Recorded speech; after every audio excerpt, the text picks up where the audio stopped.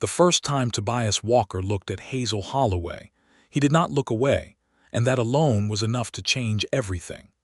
The town of Redemption Creek, Texas, sat low in a wide valley where the Pecos River bent like a tired man's back, and the year was 1883, when the cattle drive still kicked red dust across the sky, and the railroad was pushing its iron fingers ever westward. It was a town that had earned its name by accident. A preacher had passed through in the 1860s, gone a little mad from the heat, and planted a cross in the middle of what would become Main Street, declaring that God had sent him there to offer redemption to all sinners. The cross was gone now, replaced by a horse trough that leaked from one corner and stank in the summer, but the name had stuck, and so had the general feeling that this was a place where people came to escape something, to bury something, or to become something new. Tobias Walker had come to Redemption Creek 6 years ago for the first of those reasons, though on his darkest nights it felt more like the second. He was 31 years old and built like a man who had spent his entire life outdoors, which he had wide shoulders under a worn canvas coat, hands that were rough and scarred from rope work and fence mending, dark hair that curled at the collar when it got too long, and eyes the deep, complicated brown of creek water over dark stone. He was not an ugly man. Several women in Redemption Creek had noted this privately while watching him ride down the main street on his large gray horse, and then promptly kept the observation to themselves, because Tobias Walker was known to be disagreeable in ways that went beyond ordinary surliness.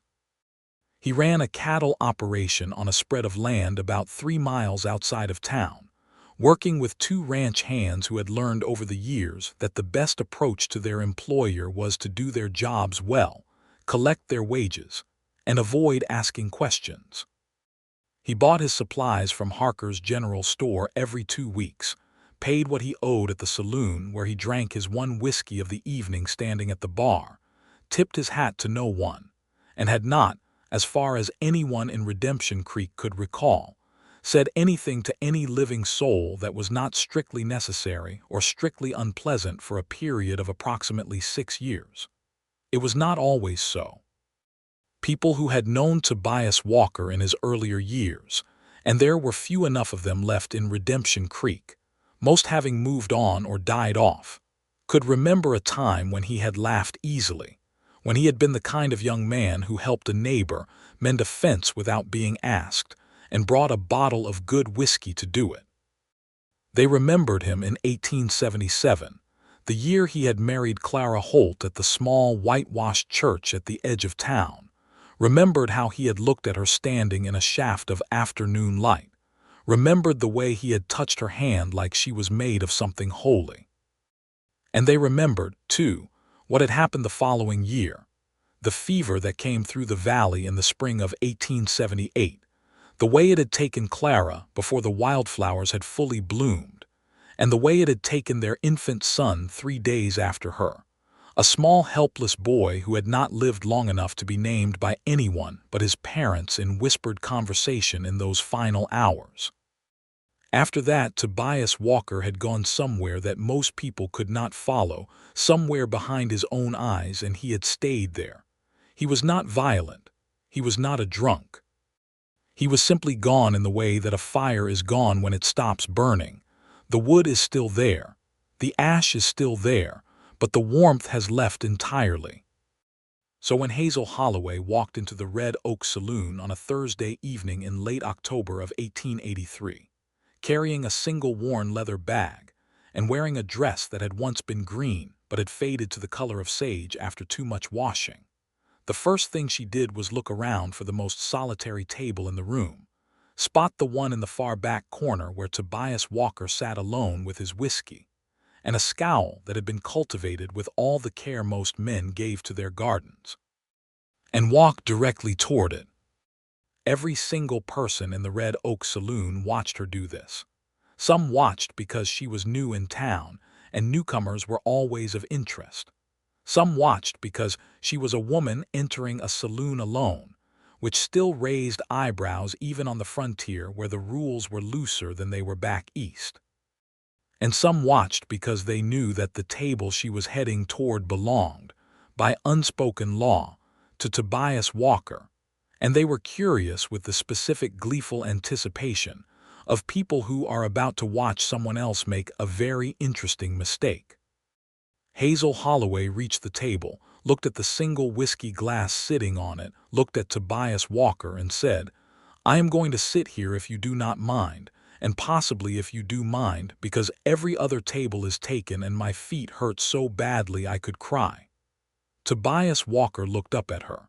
He said nothing for a long moment. His expression did not change. "I can see from your face that you likely do mind," Hazel continued, setting her bag down against the wall and pulling out the chair across from him with the decisive energy of someone who has made up their mind and is simply narrating the conclusion aloud. "But I have been on a stagecoach for 3 days, 2 of which it rained and 1 of which the driver sang the same hymn for approximately 4 hours without finishing it, and I genuinely cannot stand for another minute." She sat down. She folded her hands on the table.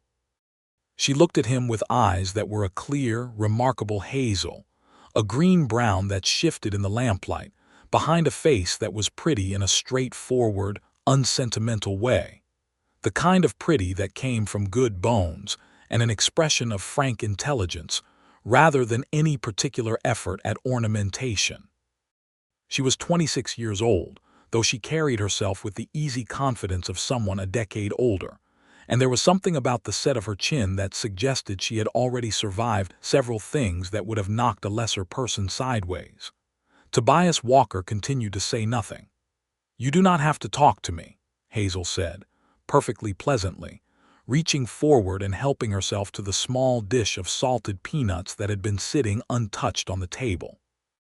"I am simply sitting here to rest my feet and possibly eat something before I find out if this town has a boarding house. Do you know if this town has a boarding house?" Tobias looked at her.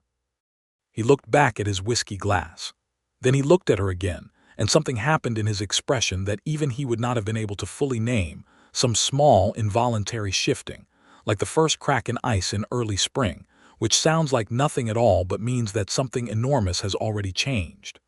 "Mabel Prentice," he said, "2 streets north."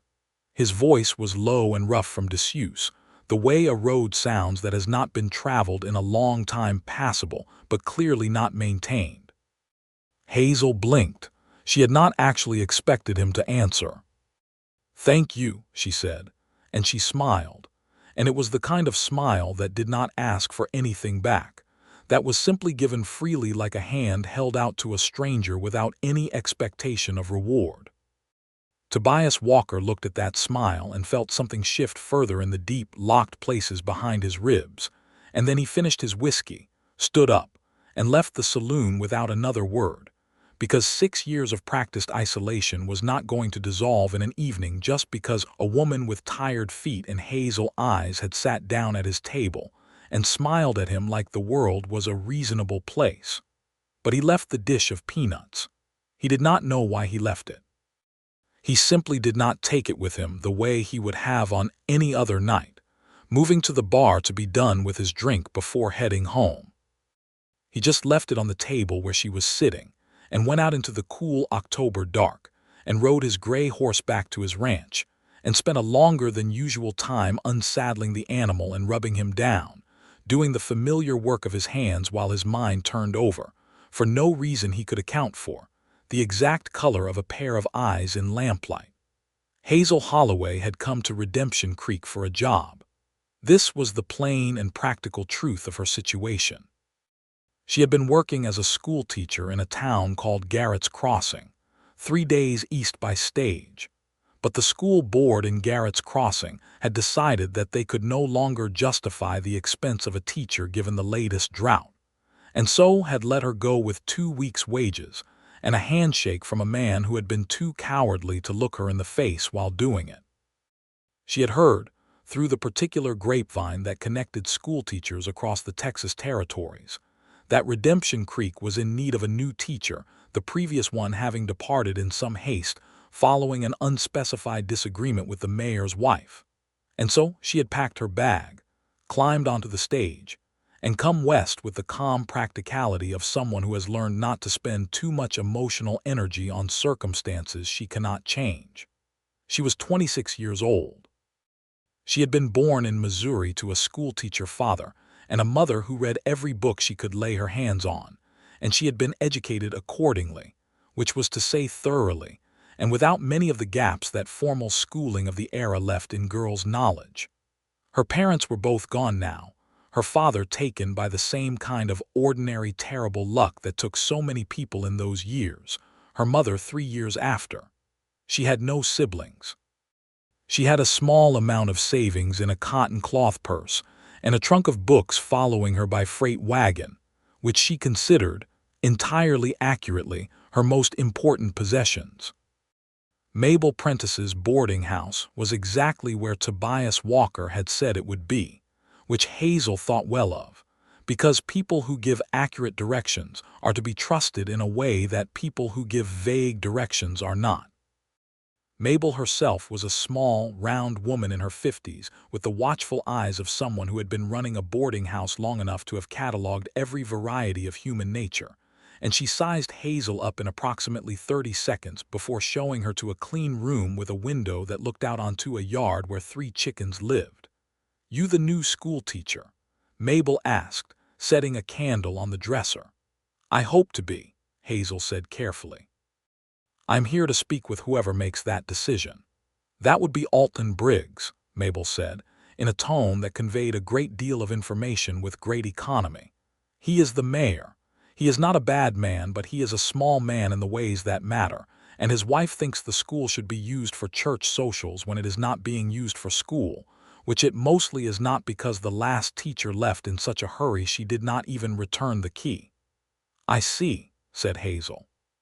"You seem steady," Mabel said, which from Mabel Prentice was clearly a considerable compliment.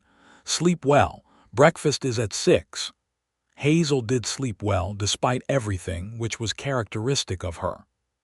She had the ability to be thoroughly present in whatever situation she found herself, without wasting too much energy rehearsing conversations that had not happened yet or regretting ones that had. She slept until just before 6, washed in the basin, put on her better dress, the blue one, which had held its color better than the green, and went down to breakfast. She did not think about the man at the back table with the rough voice and the complicated eyes except once briefly, when she was drinking her morning coffee and a phrase floated up from somewhere unpredictable. "He left the peanuts." It was a small thing, but small things, she had found, were often where the truth was kept. Mayor Alton Briggs was exactly as Mabel had described. He was a man in his late 40s with the particular brand of self-importance that settles on men who have become the largest fish in a small pond, without ever quite acknowledging that the pond is small. He received Hazel in his office above the general store at 10 o'clock in the morning, listened to her explain her qualifications and experience, glanced at the letter of reference from the school board at Garrett's Crossing with the eyes of a man who is not actually reading something, but wants it to appear that he is, and then spent approximately 7 minutes explaining to her all the ways in which Redemption Creek schoolchildren were exceptional, and therefore required an exceptional educator.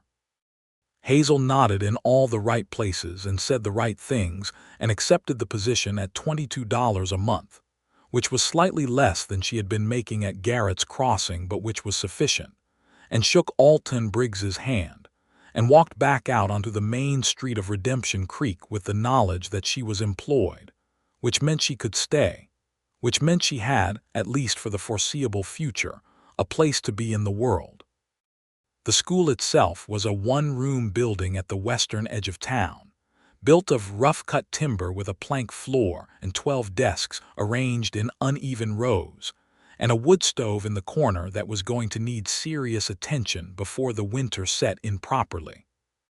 Hazel spent the afternoon taking inventory of what was there: some chalk, a cracked slate board, a worn McGuffey reader, a globe that spun unevenly because one of its supports had been broken and mended with wire, and making a list of what was needed. She was kneeling on the floor examining the base of the wood stove when she heard boots on the plank outside, and looked up to find a girl of perhaps 9 or 10 years old standing in the doorway with the specific alert stillness of a child who is not certain whether to come in or run. "Hello," Hazel said. "I'm not going to bite you." The girl stepped into the doorway but not through it. She had dark braids and serious eyes, and a dress that had been mended more times than a careful count could easily manage. "Are you the new teacher?" "I am trying to be," Hazel said. "My name is Miss Holloway. What is your name?" "Lottie," the girl said. "Lottie Bream." "My mama says the last teacher was a nervous woman." "What do you think?" Lottie considered this with the gravity the question deserved. "I think she was scared of Mr. Calhoun's bull. It got out one time and ran through the schoolyard and she screamed, and after that she was never quite right." "Well," Hazel said, "I have encountered bulls before and I intend to proceed carefully with respect to any that may be in the vicinity." She paused. "Can you read, Lottie?" "Some," Lottie said. "Better than my brother. He reads like he is pulling each word up out of a well by itself." Hazel laughed. It was a real laugh, warm and unguarded, and Lottie Bream, still standing in the doorway with her suspicious eyes, blinked at it like she had not heard that particular sound in a while and was not entirely sure what to do with it. "School starts Monday," Hazel said. "I would be glad to see you there." She saw Tobias Walker again on Saturday at Harker's General Store.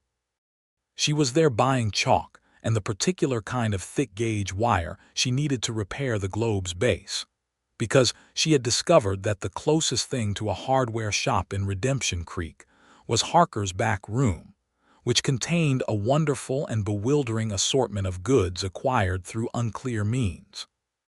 She was standing at the counter with her list when the bell above the door rang and she heard, without turning around, the specific sound of boots that walked with deliberate, unhurried weight.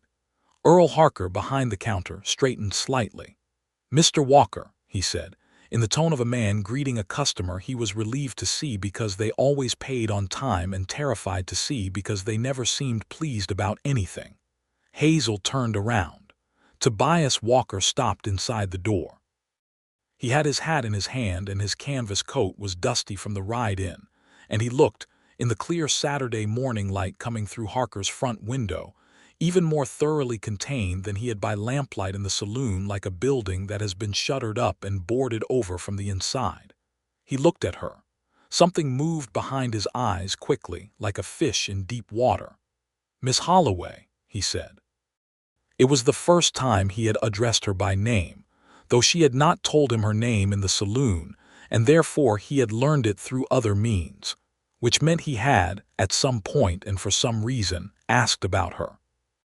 Hazel filed this information away in the same careful place she kept the peanut dish. "Mr. Walker," she said. "Good morning." He nodded. He moved to the other end of the counter and began consulting his own list, and Earl Harker looked between the two of them with the barely concealed delight of a man who has just witnessed something he cannot quite categorize, but intends to think about for some time. Hazel finished her business, paid what she owed, tucked her purchases under her arm, and was almost to the door when she stopped and turned back. "I wanted to thank you," she said, addressing Tobias Walker's broad back where he stood examining a coil of rope, "for telling me about the boarding house on Thursday. It was exactly right." A pause. He did not turn around. "It was the answer to a direct question," he said. "You do not need to thank a man for that." "I thank people for it regardless," Hazel said. "Good day, Mr. Walker." She walked out into the bright October morning, and Tobias Walker stood holding a coil of rope he had no particular need for, and found that he was listening to the sound of her footsteps moving away on the boardwalk outside, and that this was, for reasons he could not explain and was not prepared to examine, a faintly disagreeable sound. He put the rope back. He did not know why he had picked it up. The school opened on Monday with 11 children ranging from age 7 to 14, who arrived with varying degrees of enthusiasm, and in conditions that ranged from the meticulously scrubbed to the comprehensively filthy. Hazel took attendance, assigned seats, and within the first hour had established herself as the kind of teacher who was both genuinely interesting and quietly implacable on matters of behavior, which combination tends to earn the respect of children faster than almost anything else. Lottie Bream was there, seated in the second row with the small private satisfaction of someone who has already done their reconnaissance and feels prepared. Her brother Danny was beside her 12 years old, angular and fidgety, who did indeed read in the way Lottie had described, with visible effort and something close to personal grievance. Hazel spent 15 minutes with Danny alone during the lunch break, not making him read but asking him questions about what he already knew, and discovered a boy who had memorized the names and approximate distances of every significant star visible from the Texas sky, which he had learned from a tattered almanac he carried in his coat pocket. "You know a great deal about stars," she said. "Stars do not require reading," Danny said. "You just look at them." "Fair enough," Hazel said. "We are going to work on the reading, though.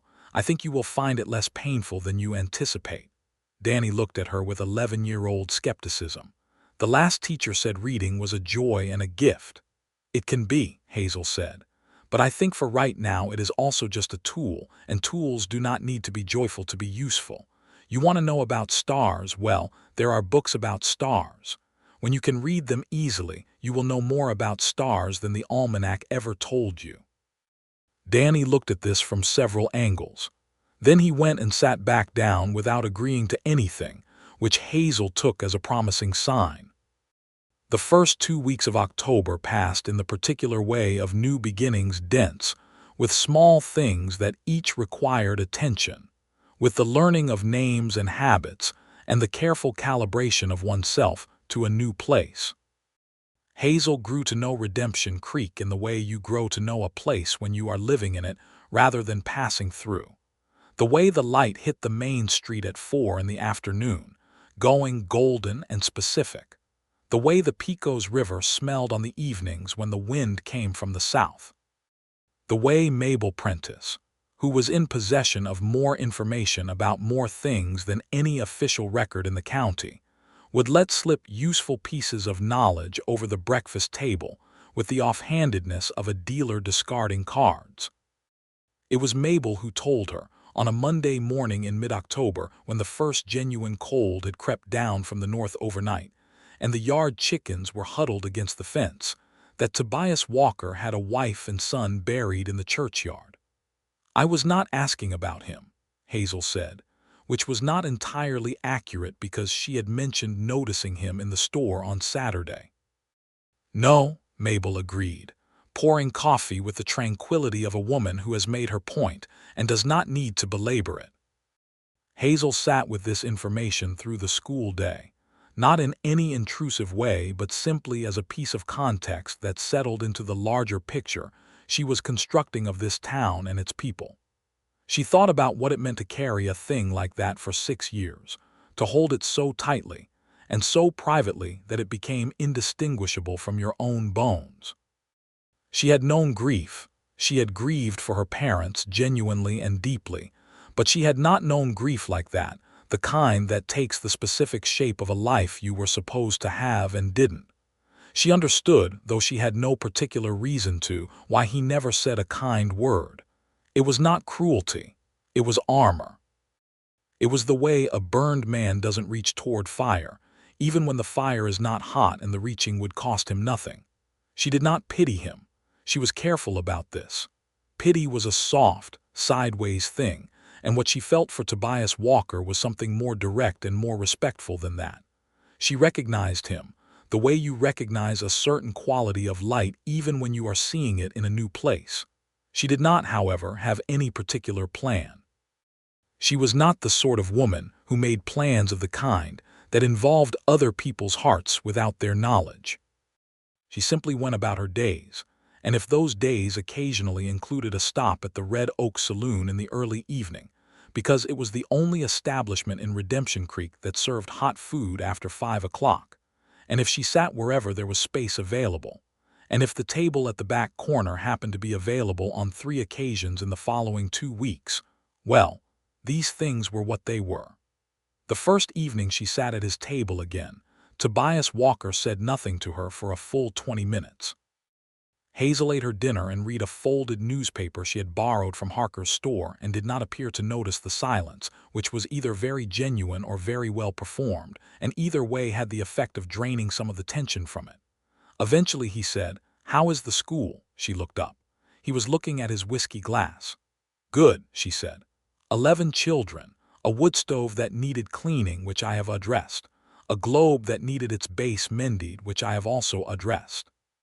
What is lacking most is books, but I have written to a teacher's supply company in Austin and expect to hear back in a few weeks."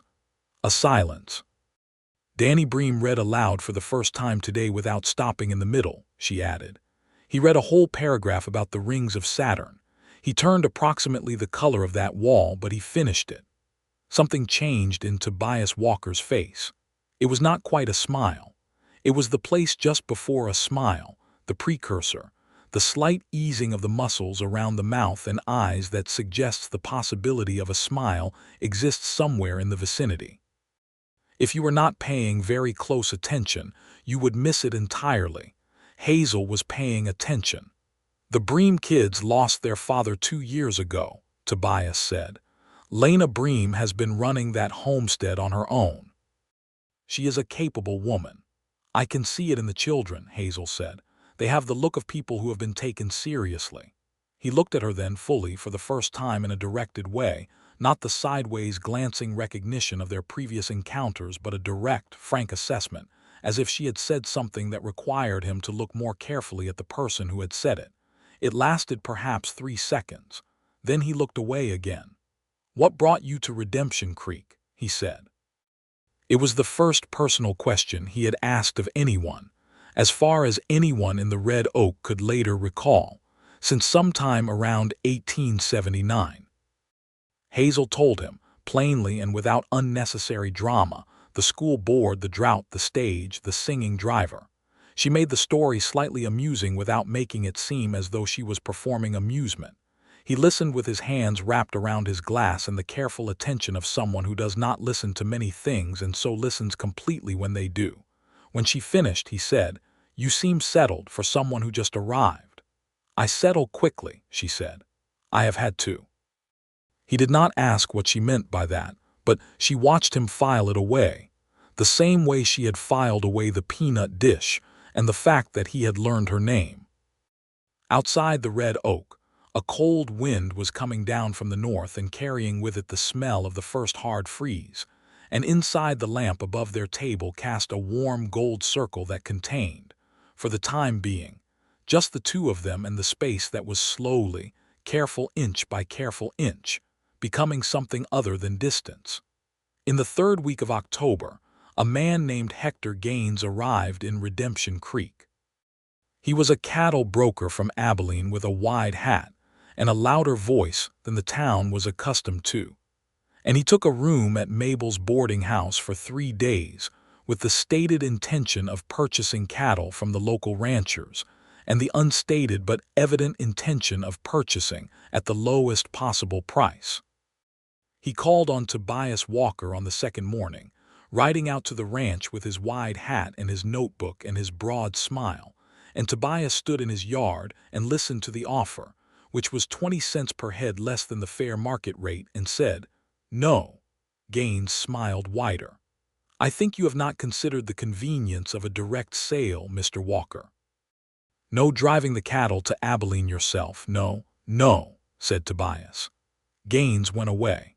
He would make the same offer to 3 other ranchers in the valley over the next 2 days, with mixed results, because this was the reality of the cattle business in 1883. The brokers held considerable power, and many small operators did not have the resources to hold out for fair prices. Tobias Walker had managed his operation carefully enough over 6 years of very little spending on anything but necessities that he had the reserves to say no and mean it. Not everyone did. What Tobias did not know, and what became relevant the following week, was that Hector Gaines had taken a particular interest in Hazel Holloway over the course of his 3 days at Mabel's boarding house. and that this interest was not reciprocated, but was also not easily discouraged. Gaines was not a bad man, exactly, but he was the kind of man who was accustomed to getting what he wanted through the application of money or charm or persistence, and he had not yet encountered a situation in which all three failed simultaneously. Hazel was polite to him because she was polite to everyone, and he had interpreted this as encouragement, which was a misinterpretation she corrected clearly on his last evening at Mabel's, when he had suggested that a woman in her position might do well to consider the security of a prosperous man's company. "I am in a perfectly adequate position of my own, Mr. Gaines," she had said, pleasantly and finally. "I wish you safe travels." Gaines had not reacted badly in that moment. He was not the sort who would make a scene in front of Mabel Prentice, who was clearly the kind of woman who would remember it and spread the information efficiently. But he had left the next morning with a compressed expression, and Hazel had thought nothing more of it. It was, in retrospect, worth thinking about. On the first Friday of November, Hazel's freight trunk of books finally arrived, slightly damp from a river crossing somewhere between Austin and Redemption Creek, but otherwise intact.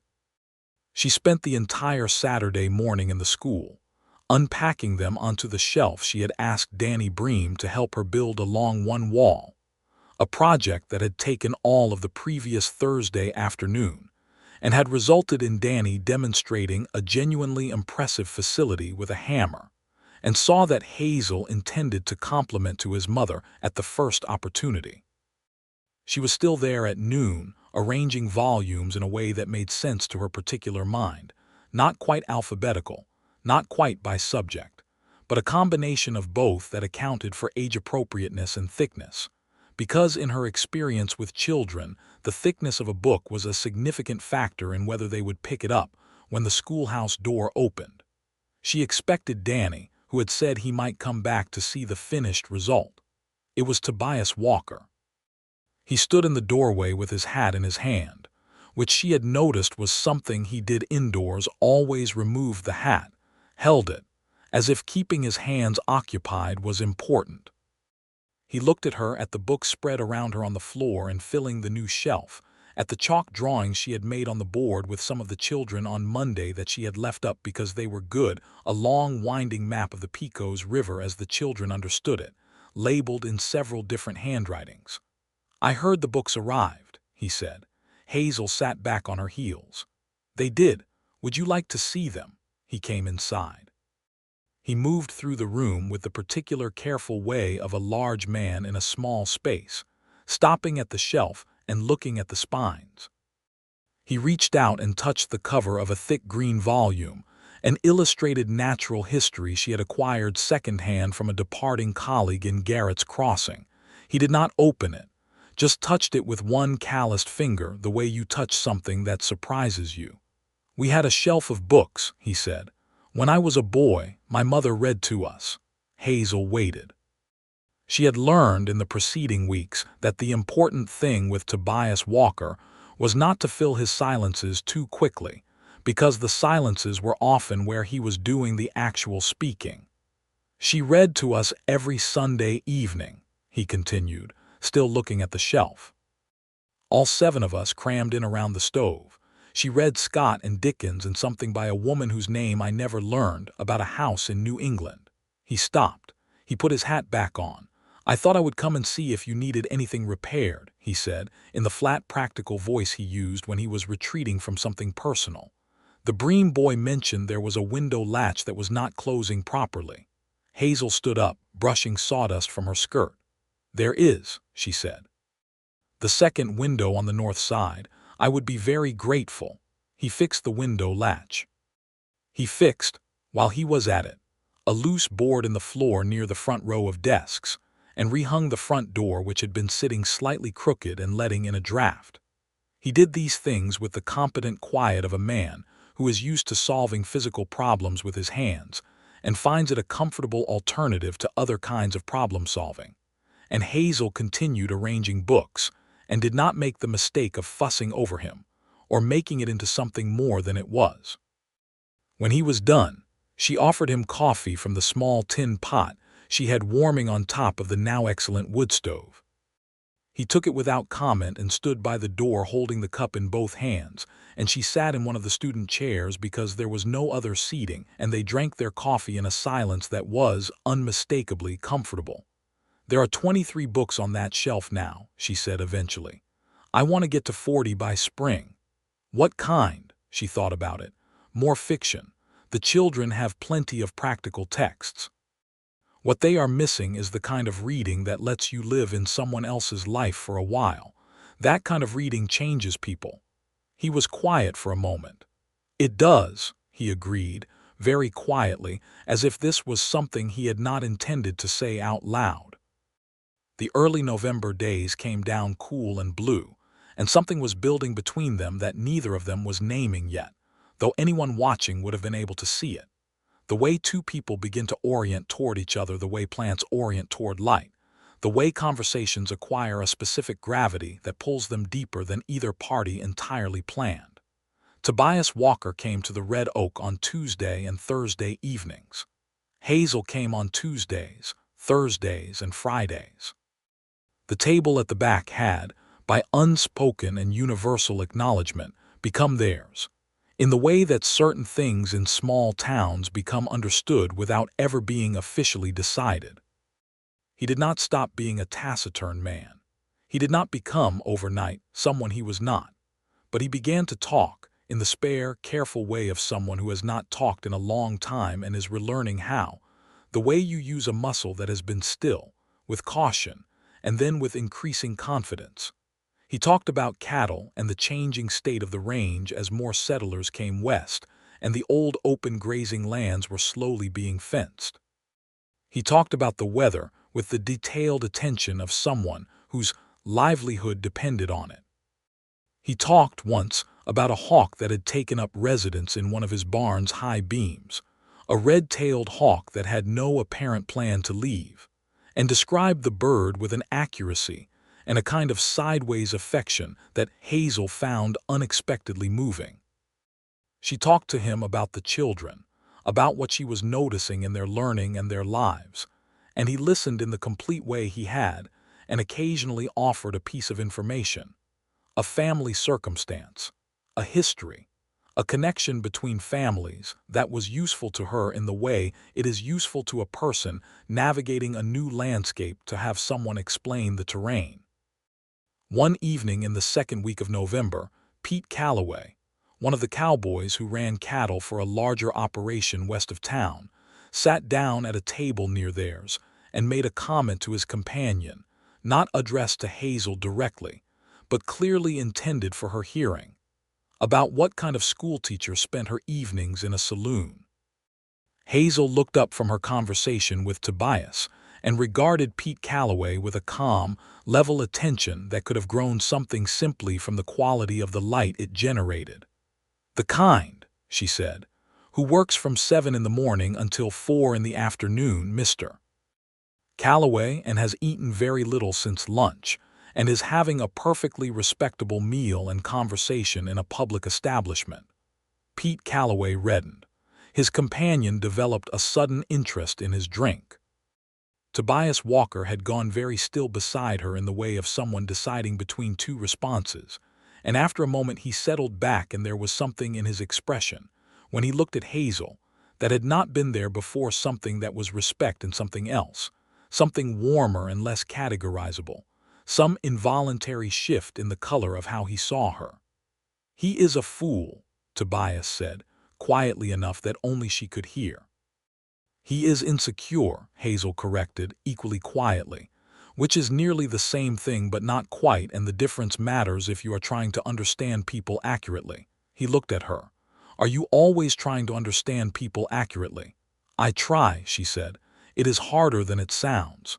"What do you make of me?" he said, and it was not a casual question. He asked it with the focused, direct attention he brought to everything, and Hazel understood that he was asking something real, something that required a real answer. She thought about it carefully, the way she had been thinking about it since the first evening in the saloon, since the peanut dish and the accurate directions, and the careful hands on the spine of the natural history book. "I think," she said slowly, "that you are a man who was very badly hurt and who has been taking extremely good care not to be hurt again. I think you are more careful with the people around you than they realize, which is why you stay far enough back that the caring does not show. And I think you are lonely in a way that you have made your peace with, because you believe it is the best you can do." She paused. "I do not think it is the best you can do." Tobias Walker looked at her for a long moment. The lamp above them was guttering slightly in a draught, and the light shifted between them. And in that shifting light something happened in his expression that was entirely different from all the small movements she had been watching for weeks. Something that opened, fully and without the usual armor, for just a few seconds. Something that was pain and recognition and the specific startled quality of a person who has heard an exact and accurate truth spoken gently. He looked down at his glass. He was quiet for a long time. "You are a perceptive woman, Miss Holloway," he said at last. "Hazel," she said. It was the first time she had offered it. He raised his eyes. "Hazel," he said, and the word sat in his mouth for a moment like something he was getting used to the shape of. She went home that night through the cold November dark with the strange, full feeling of someone who has set something in motion that cannot now be recalled, and found that she did not want to recall it. The trouble came in the second week of November when Hector Gaines returned to Redemption Creek. He had not come back for cattle.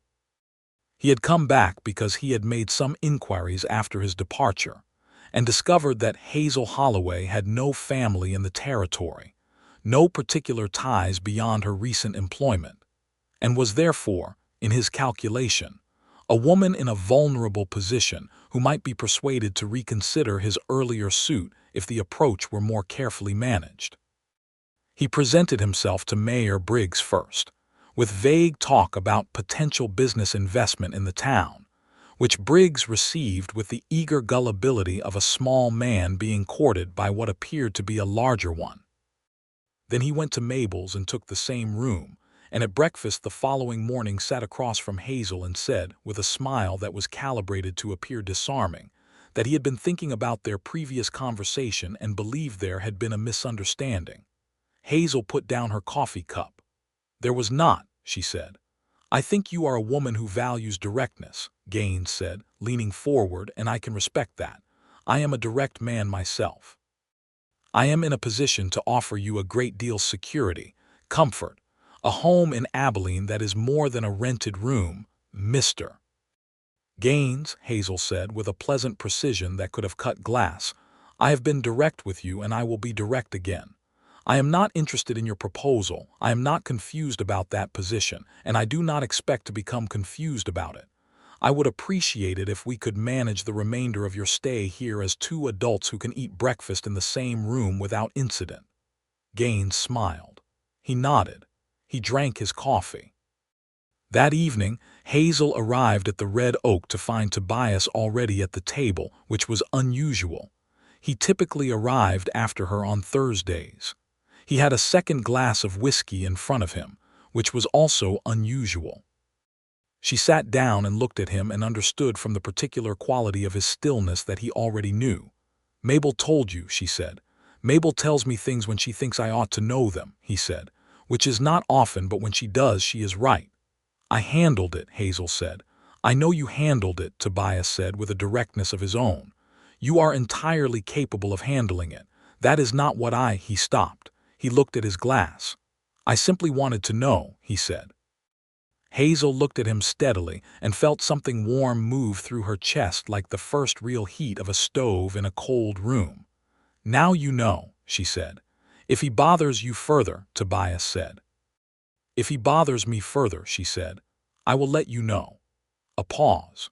"Good," said Tobias.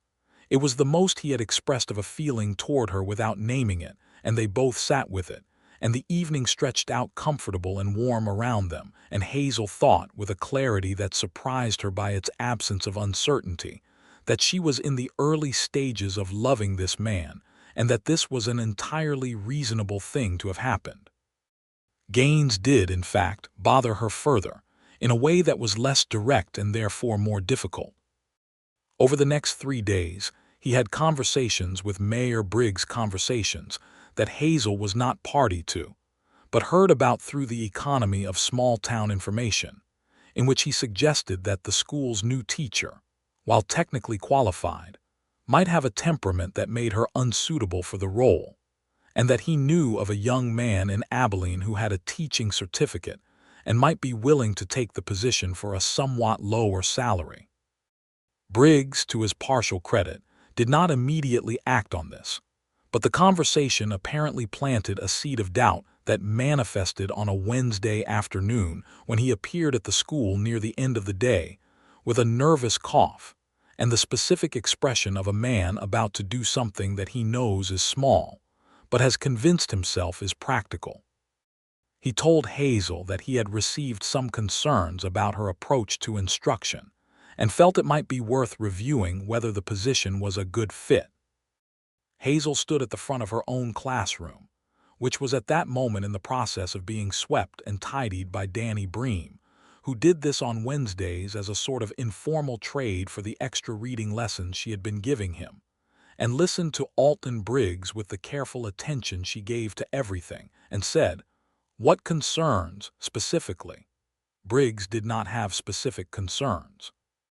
He had, it became clear, a second-hand discomfort he had received from someone else and was presenting as his own, and when Hazel began asking precise questions, he became less specific rather than more, and eventually stood in the front of the classroom looking unhappy and unable to meet her eyes, which was the same posture, she noted, as the school board chairman in Garrett's Crossing.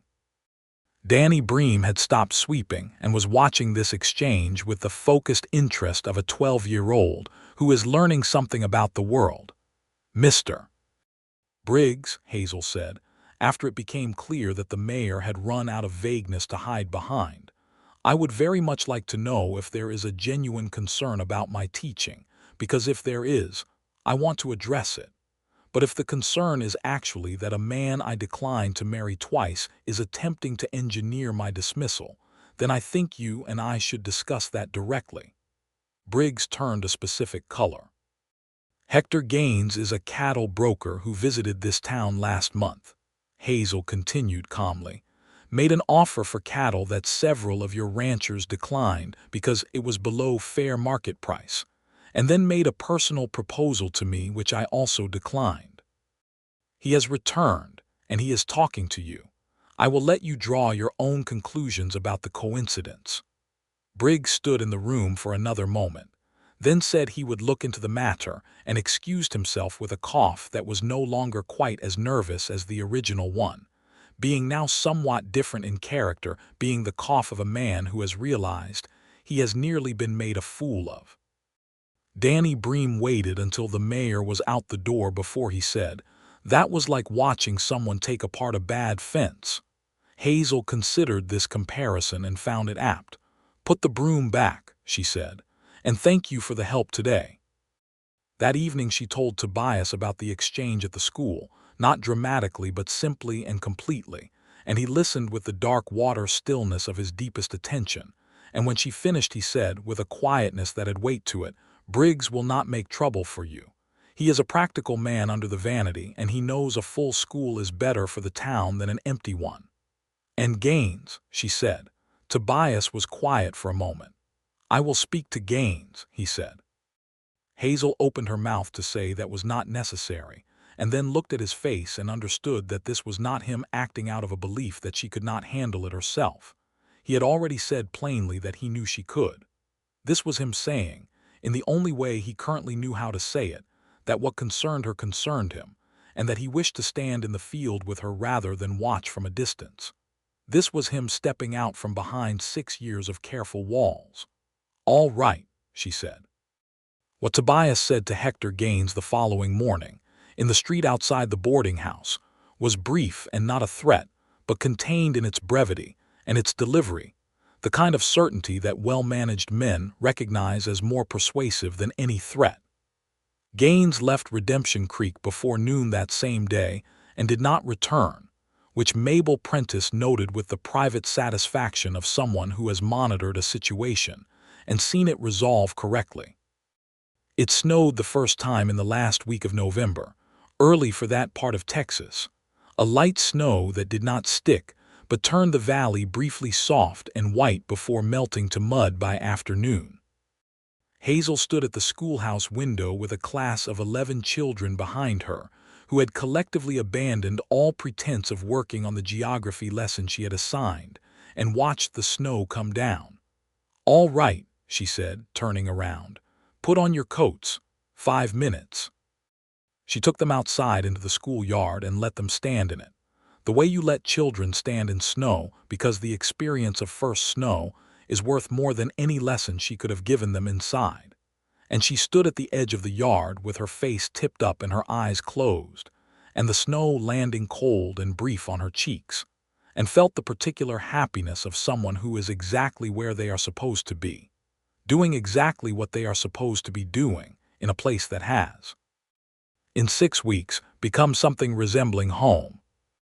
Tobias Walker, who had been riding past the school on his way to Harker's, stopped his horse at the edge of the road and watched, without intending to, the woman standing in the first snow with her face tipped up and her eyes closed and the children running around her. He sat on his horse for perhaps 30 seconds, watching. Then he rode on, but he rode on slower than he had been going. He came to the Red Oak that evening and found it half empty on account of the cold, most people having decided to stay home, and Hazel was already there with a cup of hot coffee that Jed, the barman, had made for her as a particular accommodation because hot coffee was not normally on the Red Oak's offerings.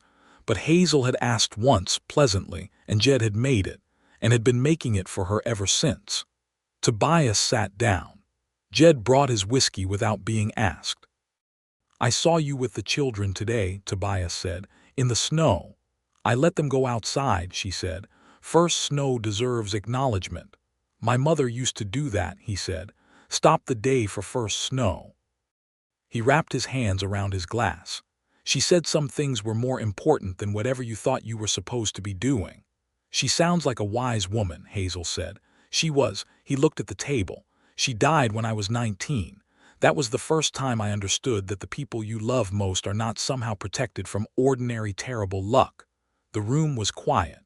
The fire in the corner grate was going good and the cold pressed at the windows. "I am sorry," Hazel said.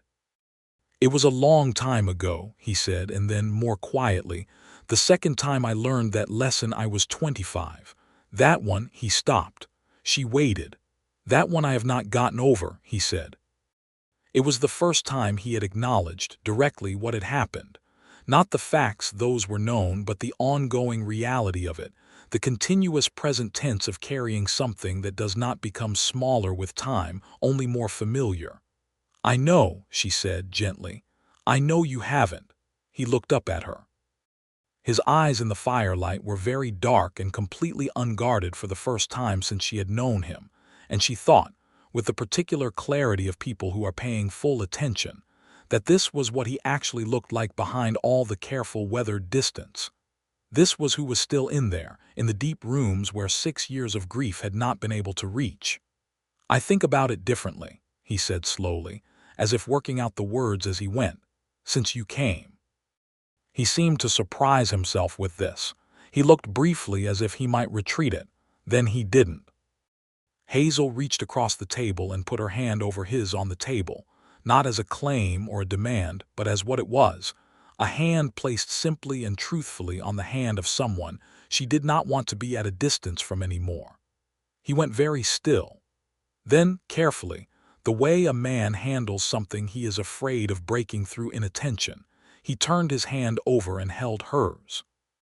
They sat like that for a while, and outside the snow that had melted into mud was freezing again at the edges where the water stood still, and the town of Redemption Creek was going dark window by window. And in the Red Oak saloon, 2 people sat holding hands at the back table and said very little and did not need to. December came in cold and clean. Hazel moved through it with the feeling of someone who is slightly astonished to find that the world is more generous than previous experience had suggested.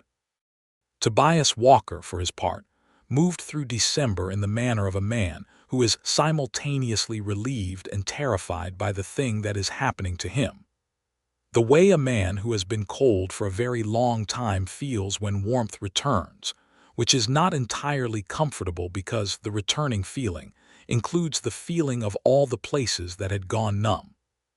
He came to the school on the first Saturday of December with a load of firewood that he split and stacked with his two ranch hands, Pete Rodriguez and young Cal Morrison, who were in their own ways as unused to seeing their employer smile as anyone else in Redemption Creek, and who exchanged glances over the woodpile with the shared comprehension of men witnessing a significant development.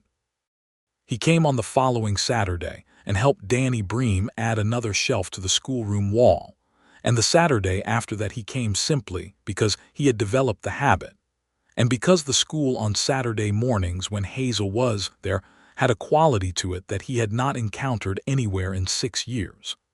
A quality of warmth and purpose that was not the fire in the stove, but was something emanating from the person at the center of it. They walked together along the Pecos in the low winter afternoons when the days were short and the light went horizontal and golden before 4 o'clock, and he showed her the landmarks of the valley, the way a man shows someone around a place that belongs to him, which is to say with a combination of pride and the slightly anxious hope that they will see it as he sees it.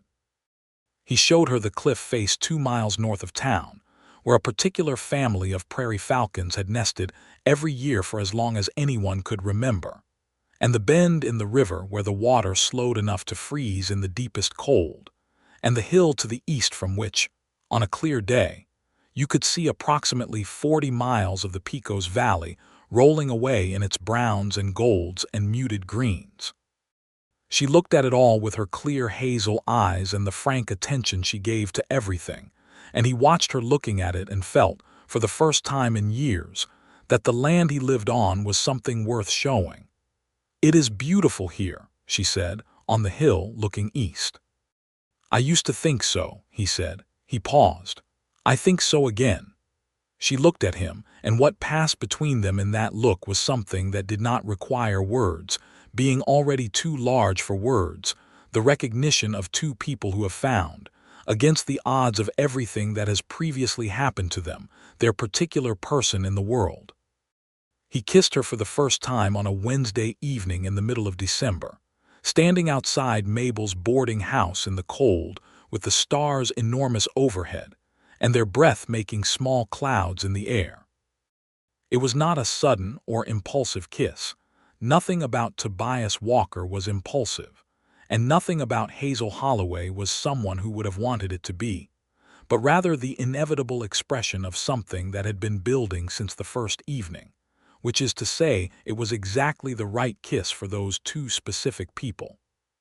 Which is to say it was careful and real, and had in it the quality of a man who had not let himself feel anything for a very long time, finally allowing himself to feel something completely. He pulled back and looked at her with those dark water eyes and said, "Hazel," in the way he had first said her name, as if it was a word he was still learning the shape of, still grateful to be allowed to say. "Yes," she said, which was not a response to the way he had said her name but to the question that had been underneath everything for weeks. He smiled. It was the first full, unguarded smile anyone in Redemption Creek had seen from Tobias Walker since 1877, and even in the dark and the cold it changed his whole face into something that was, unmistakably, the man he had been before grief took the warmth out of everything. She reached up and put her hand against his jaw and felt him lean into it, the way a cold person leans toward heat, and she thought, "I will keep this warm. I will be careful with this. This matters." Christmas in Redemption Creek was modest in the way of frontier Christmases. There was no spectacular decoration or elaborate celebration, but there was a quality of warmth in the way the town gathered, in the church service that the pastor conducted with more feeling than technical skill, in the way Mabel Prentice made a dinner that was too large for any reasonable estimate of her guests, and fed everyone who came without making them feel they owed anything for it. Tobias came to Christmas dinner at Mabel's. It was the first time he had come to anything in years, and Mabel received him with a carefully managed lack of surprise that was one of her finest performances. He sat next to Hazel, and she sat next to him, and through the dinner the contact of their arms and occasionally their hands was a small continuous conversation that required no words. After dinner, when the other guests had dispersed to their various corners, Tobias gave Hazel a gift, a small book, pressed into her hands without ceremony, which turned out to be a volume of poetry, Longfellow, with a worn leather cover that had been well read by someone before her. "It was my mother's," he said quietly. "She read it to us on Sundays, with the Scott and the Dickens." Hazel held the book with both hands and understood exactly what it was she was holding, which was not a book but a door opened inward, a room shown to her that had been kept closed. "Thank you," she said, and the words carried everything she meant by them, which was far more than the words themselves could hold. She gave him in return something she had been making for the better part of a month, a small framed print, hand-lettered and decorated with her own careful drawing, of the part of the Pecos Valley visible from the eastern hill, done in ink with the landmarks he had shown her labeled in her precise schoolteacher hand. Not the 40 miles of it, just the near curve of the river and the cliff face where the falcons nested and the bend where the water slowed. He looked at it for a long time. When he looked up his eyes were very bright, and this was the only occasion in the entire account of Tobias Walker in Redemption Creek on which anyone ever reported seeing him come close to something that might have been tears, which he did not shed because he was the kind of man who did not. But the proximity of it was visible in the way a person holds themselves when they are managing something that has come up faster than they expected. "This is exactly right," he said. "I wanted you to have it," she said simply. He took her hand again and they sat by Mabel's fire while the Christmas evening settled around them. And this, Hazel thought, was what the word home meant when you had made it for yourself rather than inherited it. January of 1884 arrived with a cold that had teeth in it, the kind of deep freeze that came off the Llano Estacado and turned the Pecos to solid ice at its edges and drove the cattle into the draws for shelter. Tobias spent the first weeks of January managing his herd through the cold with Pete Rodriguez and Cal Morrison, and the work was hard and constant, and left him coming in to town later than usual, when he came at all. Hazel held her school through the worst of the cold with the wood stove going full, and the children sitting as close to it as was sensible. And on the days when the weather was too bad for the younger children to travel, she held abbreviated sessions for whoever arrived, and sent detailed notes home with Danny Bream for those who did not, knowing he would deliver them because he was the kind of child who took this sort of responsibility seriously. In the deep cold of the third week of January, a fence line on the west edge of Tobias's spread failed under the weight of accumulated ice and wind, and a portion of his herd drifted west onto land that was owned, as of the previous autumn, by a man named Warren Fitch who had bought up a considerable section of open range and was in the process of establishing what he considered to be a serious cattle operation. The fence failure was not Tobias's fault. No fence in Texas was built to withstand the kind of ice storm that came through that January. But the cattle on Fitch's land were a problem that needed to be resolved, and the resolution required a conversation with Warren Fitch, who was the kind of man who had come west with money, and the assumption that money translated directly into authority.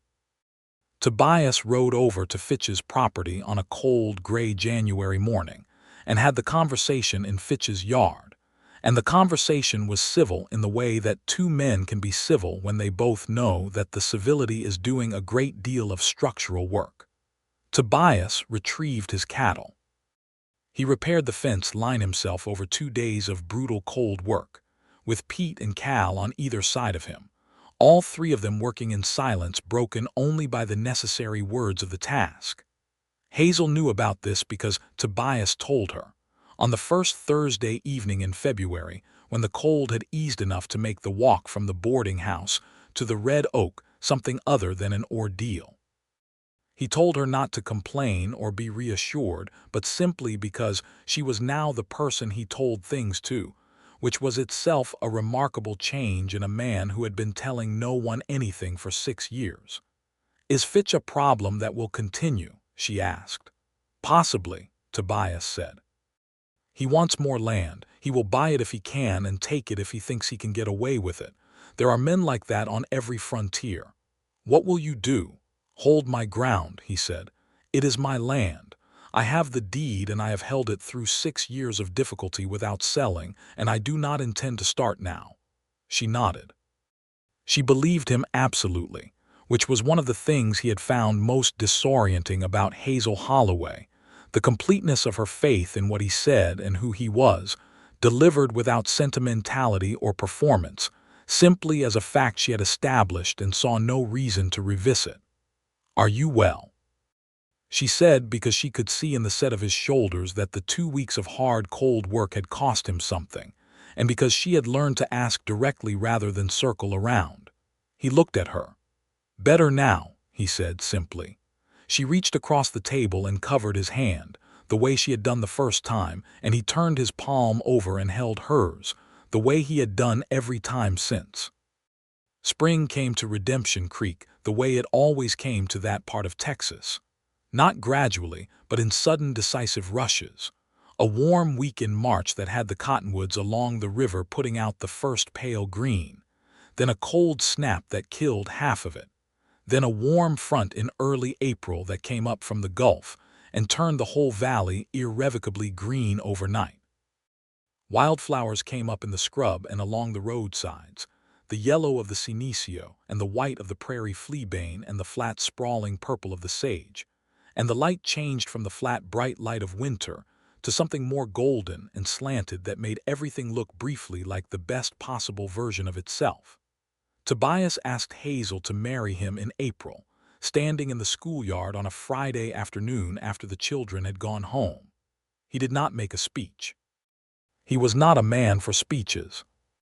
He came to the schoolyard, where she was collecting the wooden stakes she had put in the ground when she and the children had planted a small vegetable garden along the southern wall, and he stood in front of her with his hat in his hand and said, "I would like you to be my wife, Hazel, if you will." She looked at him standing there in the spring light with his hat in his hands and the green hills behind him, and everything that had changed between them since October laid out in every line of his face. And she said, "Yes," in the same way she had said it outside Mabel's in December, not as an answer to a question, but as a statement of something already established and true. He put both his arms around her then, right there in the schoolyard in the spring afternoon, and held her with the careful, tremendous relief of someone who has been given back something they had been convinced was gone forever. And she put her face against his shoulder and felt the solidity of him and thought, "This is real. This is where things actually are. This is the world as it actually stands." They were married in the first week of May, at the same small whitewashed church at the edge of town, by the same pastor who had been there in 1877, when Tobias married Clara Holt, though the pastor was older now, and had the particular quality of someone who has seen enough of life to know that second chances are not less sacred than first ones, only harder won. Mabel Prentice came in her best dress, which was dark blue wool and had been worn to 3 weddings and 2 funerals, and retained its dignity throughout. The Bream family came, Lena Bream in her good calico, Danny with his hair combed flat, and a look of proprietary pride, Lottie in her best dress with her dark braids tied with white ribbon. Pete Rodriguez and Cal Morrison came, cleaned up beyond recognition, and standing in the back with the self-conscious formality of men who are not accustomed to churches, but consider the occasion worth the discomfort. Alton Briggs came, because he was the mayor and attendance at significant civic occasions was part of what being mayor meant, and because he had made his peace with Hazel Holloway in the months since the Gaines incident, as it was known in his private understanding, with the sincere if somewhat ungraceful apology of a man who knows he has been a fool and is taking the first available opportunity to stop.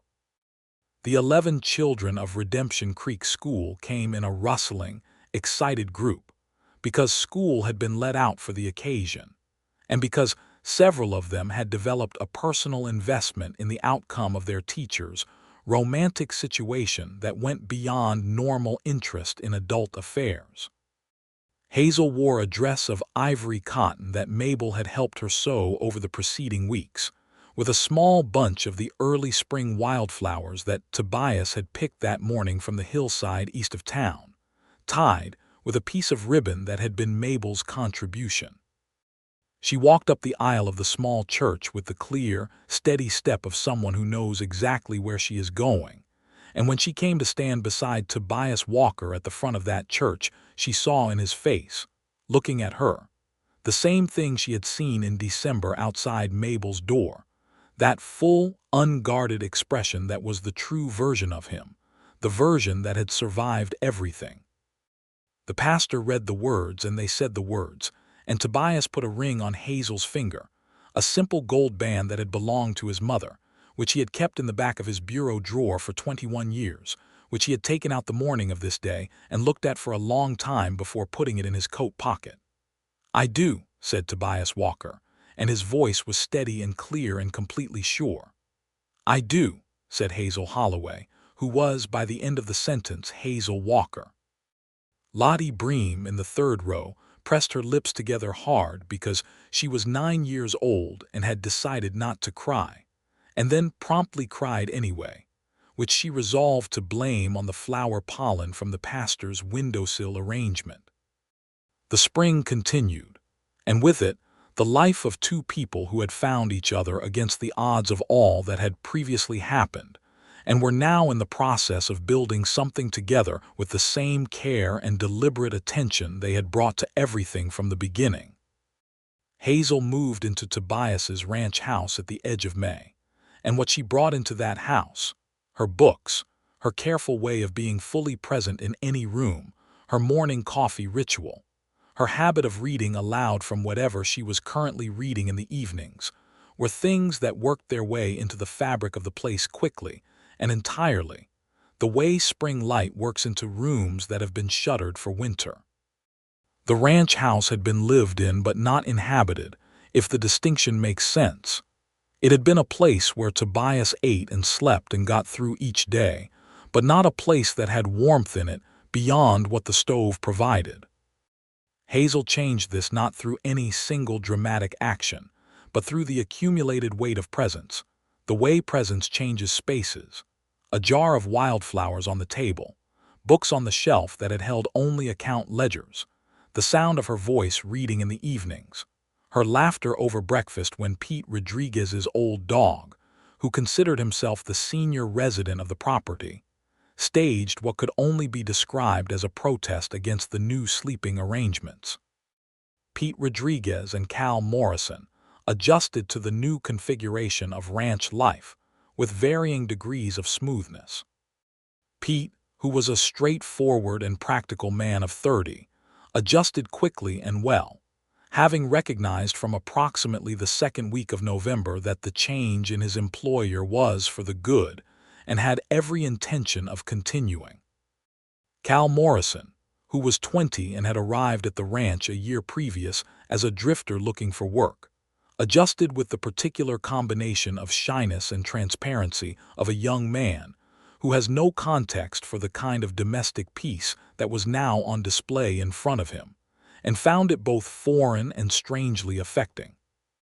On an afternoon in July, Hazel came out to where Cal was working at the corral fence and handed him a cup of water, and then, because she had been watching him for weeks with the attention she gave everyone, asked him directly where he was from and whether he had family.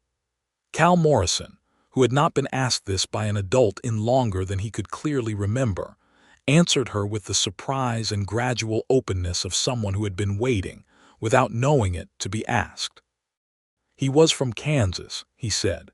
His mother had died when he was 14 and his father had been a man he preferred not to discuss.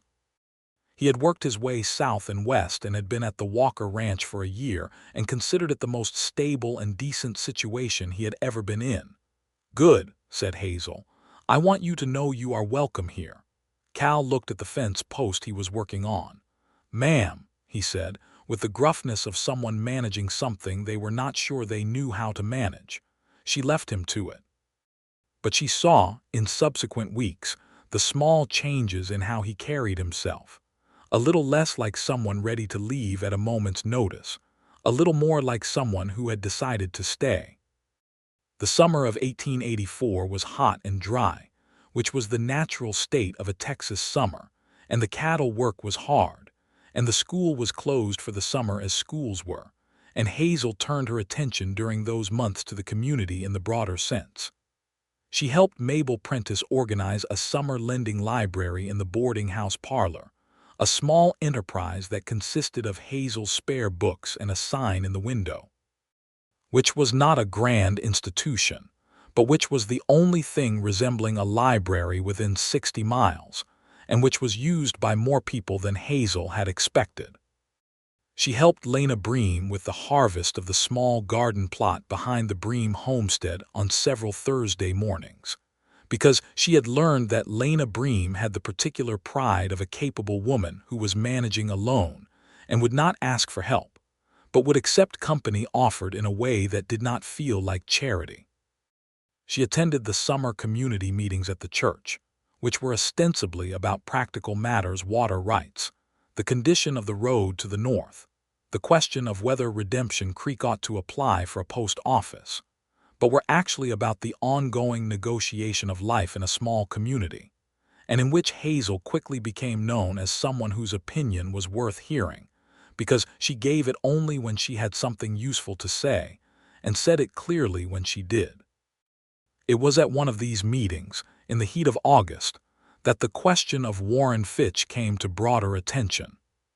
Fitch had, over the preceding months, been quietly acquiring parcels of land around the valley, buying some, pressuring others, and in at least 2 cases taking advantage of homesteaders in difficult financial circumstances to purchase land at prices that were not quite theft, but were close enough to make the distance between the two things uncomfortable.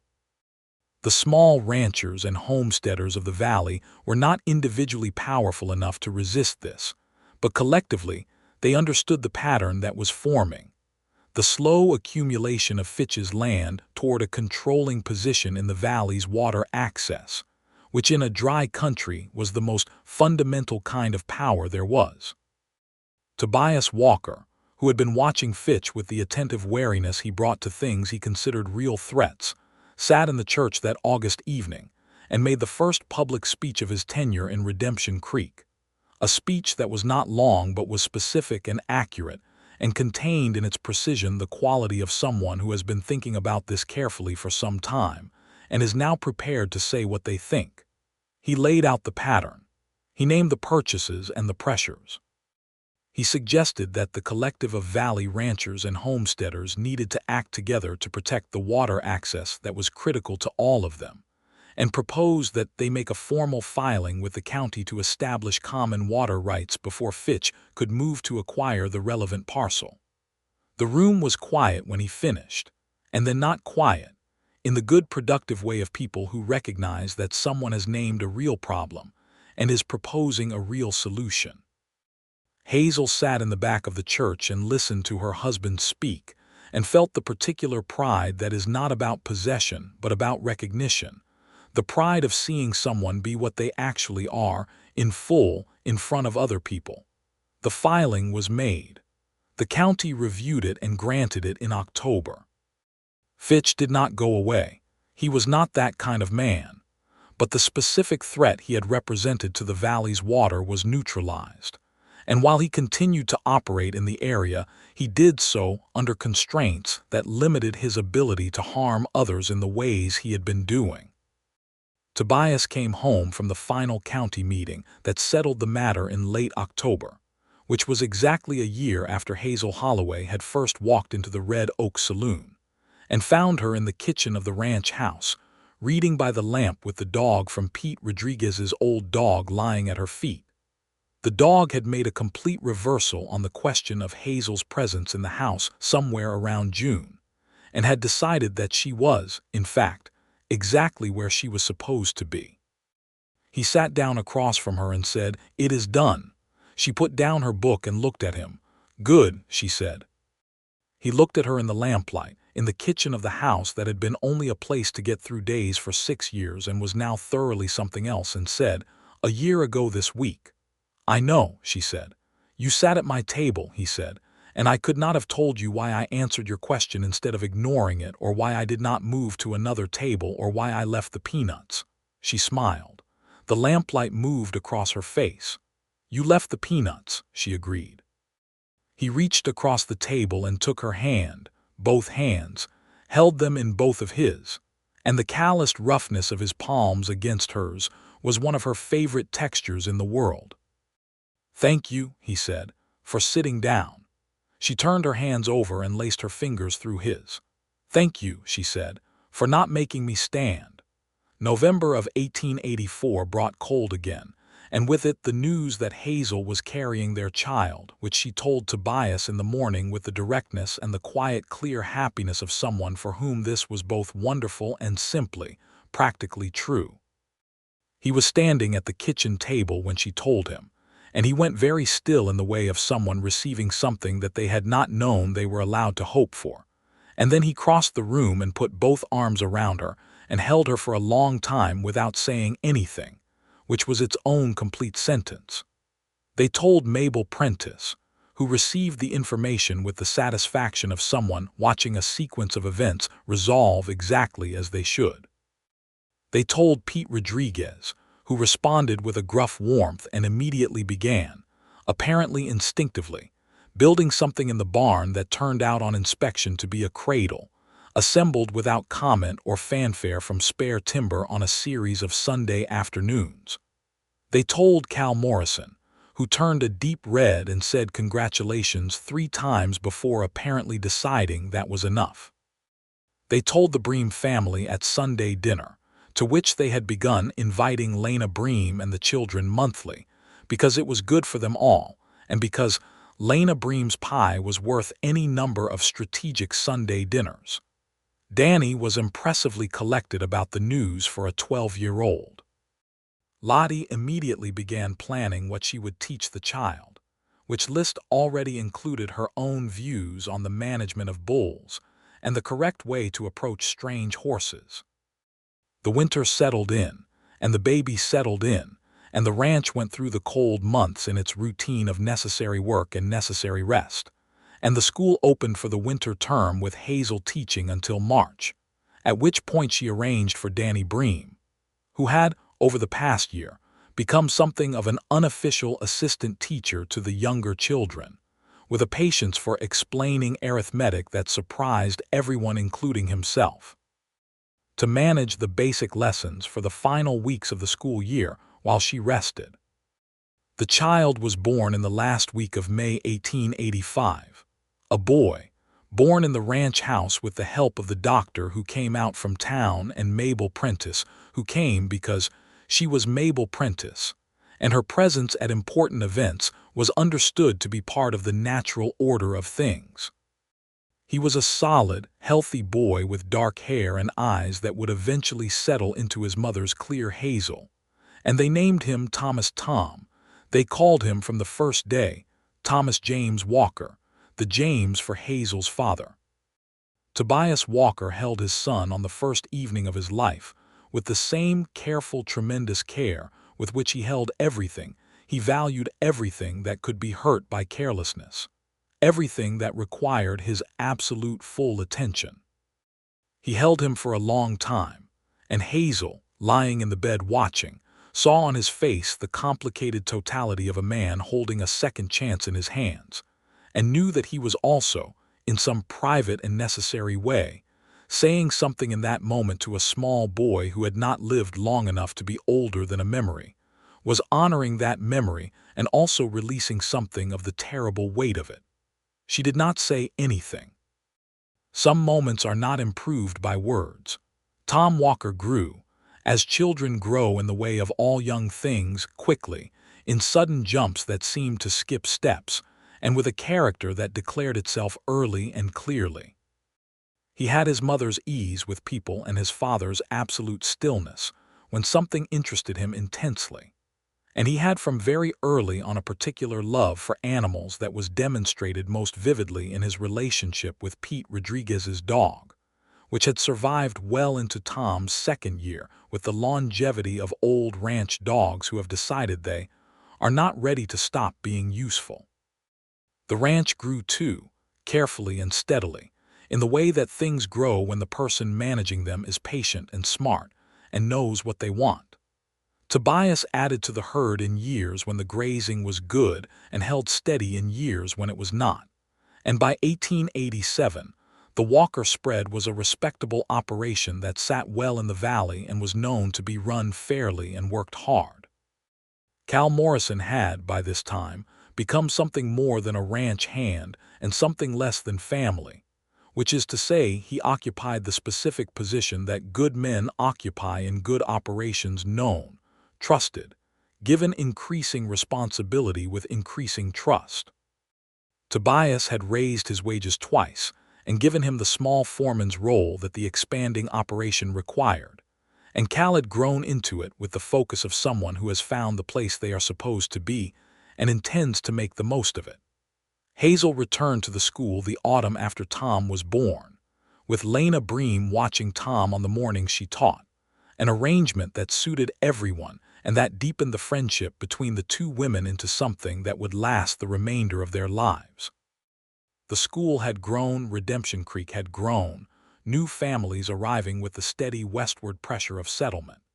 And by 1887, there were 17 children on the rolls, and Alton Briggs had finally agreed to the second-room addition that Hazel had been requesting for 2 years, the addition that Danny Bream, who was 17 by then, and had developed his father's facility with construction as well as his astronomical interests, helped build on a series of October weekends.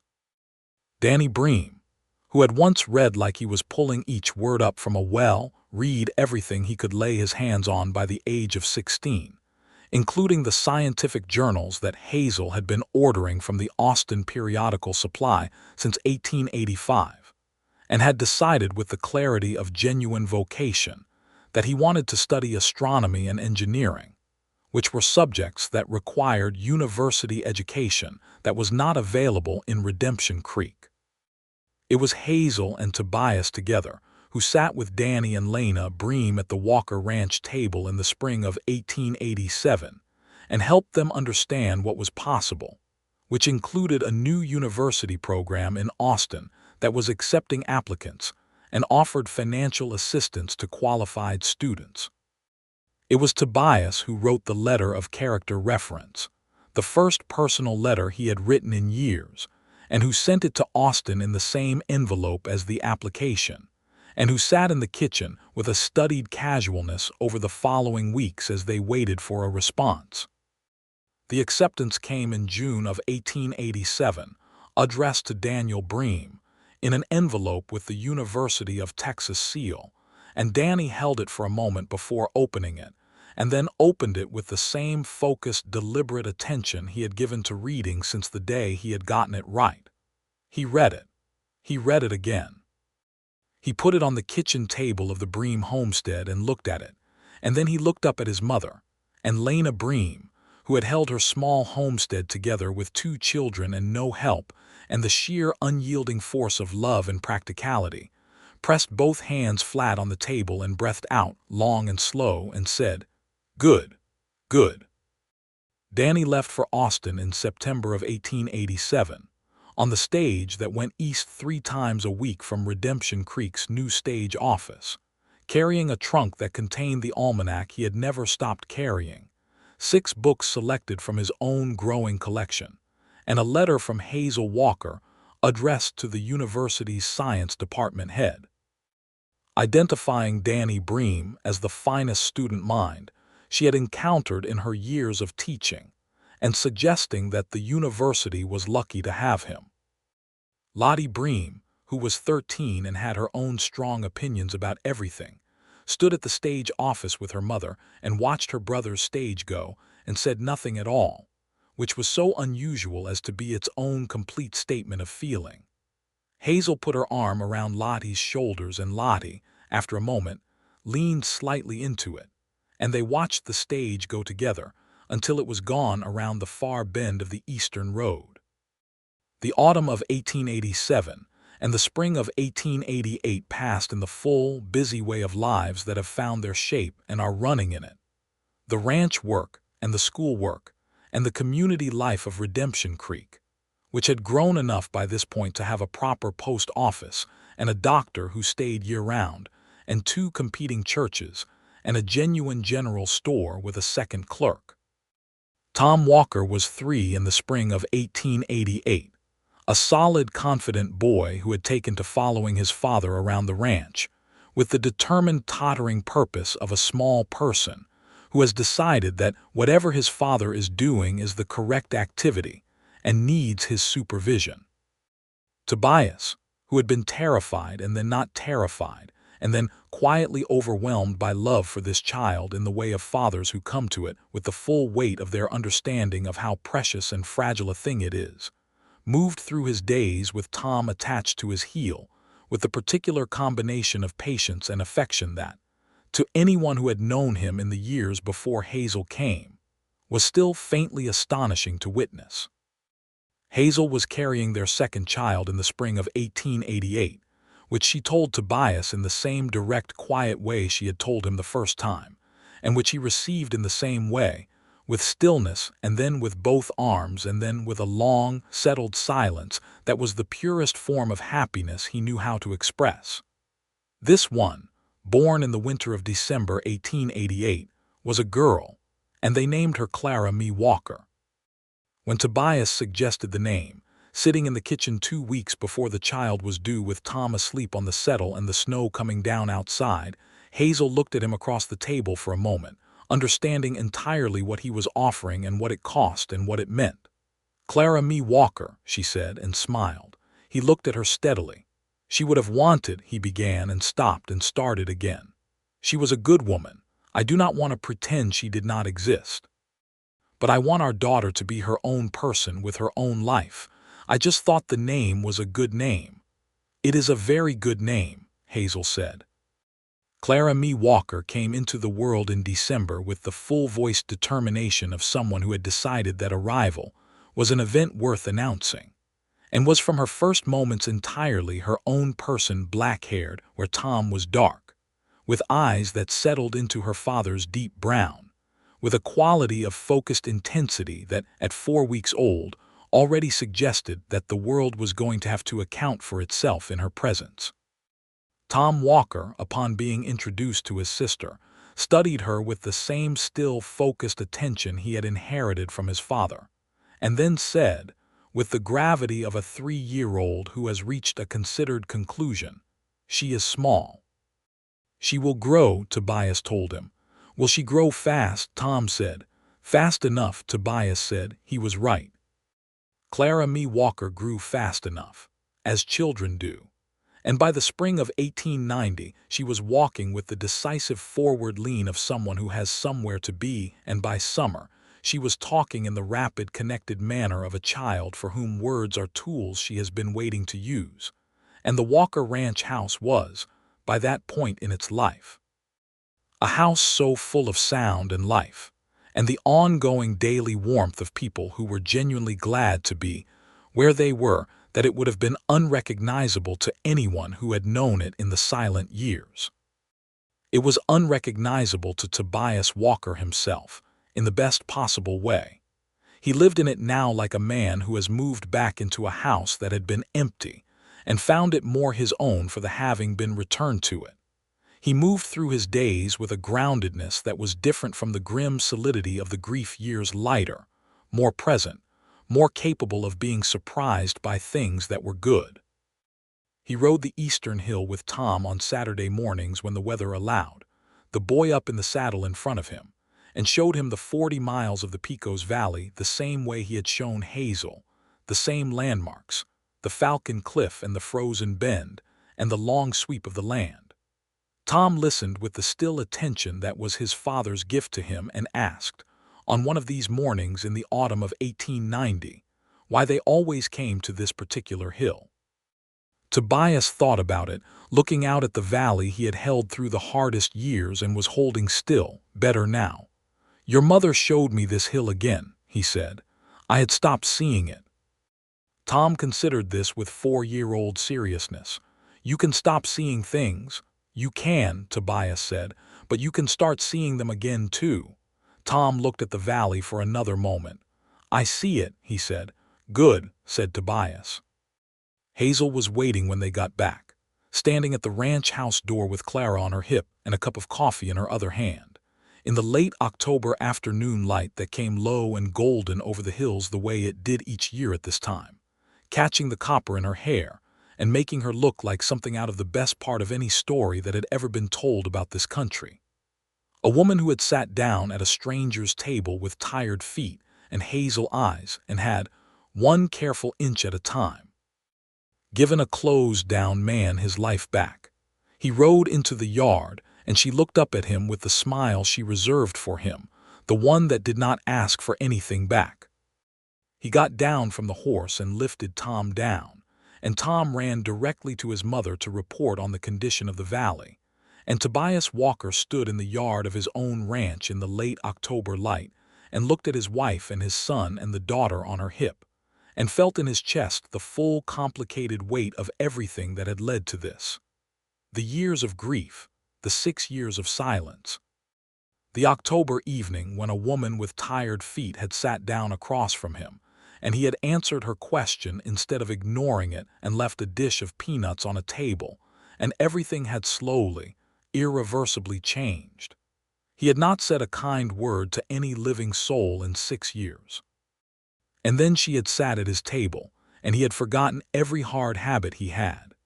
He walked across the yard and took his daughter from Hazel's arm, and Clara Walker gripped his lapel with her small, fierce fist and looked at the world from the height of her father's chest with the focused attention of someone taking inventory. Tobias put his other arm around Hazel and she leaned into him, and they stood like that in the yard of the Walker Ranch, while the October light went golden, and the valley spread out below them in its browns and golds, and the sky over Redemption Creek went the particular deep blue that meant clear weather tomorrow and the day after and the day after that. "Good day," she said. "Good day," he said. And this was true. And tomorrow would be good too, and the days after that, not because the world had become a place without difficulty or loss or the particular weight of things that cannot be undone, but because the world contained in this yard and in this house and in the lives of these people something real and hard-won and carefully tended. The Pecos River bent its familiar way through the valley below them, and the falcons were likely turning on the thermals above their cliff face. And somewhere along the eastern road, the stage was running its route between Redemption Creek and whatever came next. And the town that had been named by a half-mad preacher in a moment of heat-struck faith was settling into its evening routines, Mabel Prentice in her kitchen, Pete Rodriguez in his bunkhouse with his newer dog who had arrived 2 years after the old one left, Cal Morrison in the foreman's quarters reviewing the week's accounts with the conscientious care of a man who takes his responsibilities seriously, Lottie Bream 3 miles up the valley doing something purposeful and quite likely constructive, and somewhere in Austin, Daniel Bream looking at the stars through a university telescope, with the same undimmed wonder he had brought to the tattered almanac in his coat pocket all those years ago in a Texas schoolroom. Hazel Walker stood in the yard of her home in the last light of an October afternoon and was completely, unreservedly, entirely where she was, which was the place she had arrived at by accident and chosen to stay in by the most deliberate and careful decision of her life, and which was, by every measure that she trusted, exactly right. Tobias Walker held his daughter and his wife, and stood in the yard of the land he had held through the worst of everything and was holding still, and was present in it in a way he had not been present in anything for 6 years, and felt, deep in the places behind his ribs where the damage had been, and where the healing had come, not the absence of grief, but the presence of something larger. The understanding that love does not replace what is lost but builds alongside it, patient and real. And that what had been built here was good and true and would last. They went inside when the cold came up with the dark, and the lamp went on in the kitchen window, and the ranch house settled into its evening sounds. Tom's voice asking questions, Clara's firm commentary on whatever was in her field of vision, the stove going, the smell of supper, the particular quiet of a house where the people in it are glad to be exactly where they are. Outside, the stars came out over the Pecos Valley one by one, the way they always did, with or without anyone watching the whole bright catalog of them. All those old familiar lights that had been there long before Redemption Creek had a name or a cross or a horse trough that leaked, and would be there long after, indifferent to human timelines, but somehow, in the particular way of things that are very old and very large and very beautiful, a comfort anyway.